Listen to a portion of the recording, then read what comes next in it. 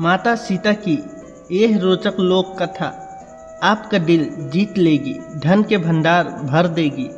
यह कहानी सीता माता कहती थी और श्री राम इसे सुना करते थे। एक दिन श्री राम भगवान को किसी काम के लिए बाहर जाना पड़ गया तो सीता माता कहने लगी कि भगवान, मेरा तो 12 वर्ष का नेम है, अब आप बाहर जाएंगे तो मैं अपनी कहानी किसे सुनाऊंगी। श्री राम ने कहा कि तुम कुएं की पाल पर जाकर बैठ जाना और वहाँ जो औरतें पानी भरने आएंगी उन्हें अपनी कहानी सुना देना। सीता माता कुएं की पाल पर जाकर बैठ जाती है। एक स्त्री आई, उसने रेशम की जरी की साड़ी पहन रखी थी और सोने का घड़ा ले रखा था।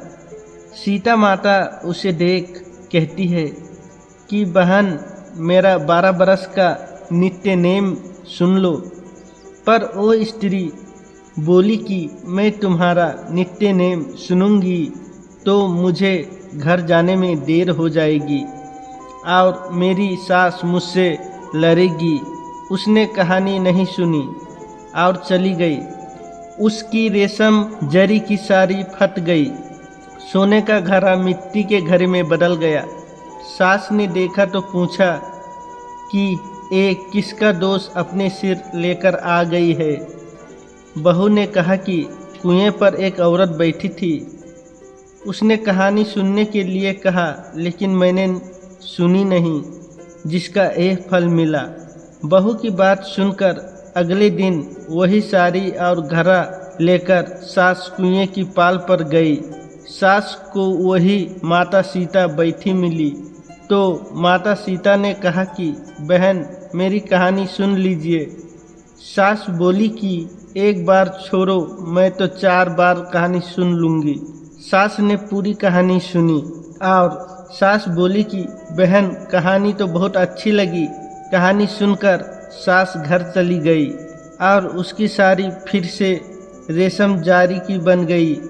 मिट्टी का घड़ा फिर से सोने के घड़े में बदल गया।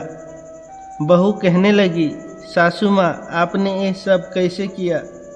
सास ने कहा कि बहू, तू दोष लगा के आई थी और मैं अब दोष उतार कर आ रही हूँ। बहू ने फिर पूछा कि वो कुएं वाली स्त्री कौन है। सास बोली कि वो सीता माता थी, वो पुराने से नया कर देती है, खाली घर में भंडार भर देती है। वो लक्ष्मी जी का वास घर में कर देती है, आदमी की जो भी इच्छा हो उसे पूरा कर देती है। बहू बोली कि ऐसी कहानी मुझे भी सुना दो। सास बोली, ठीक है, तुम भी सुनो। और सास ने कहानी शुरू की।